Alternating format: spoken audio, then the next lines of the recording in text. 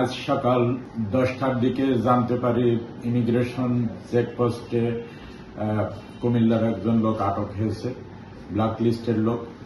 প্রাপ্ত সংবাদের প্রেক্ষিতে আমার থানার অফিসার পাঠালে তারা তাকে আমার থানায় নিয়ে আসে। আসামের নিকট জিজ্ঞাসাবাদে জানা যায় যে সে কুমিল্লা তার বাড়ি, সে ভারতে যাচ্ছিল।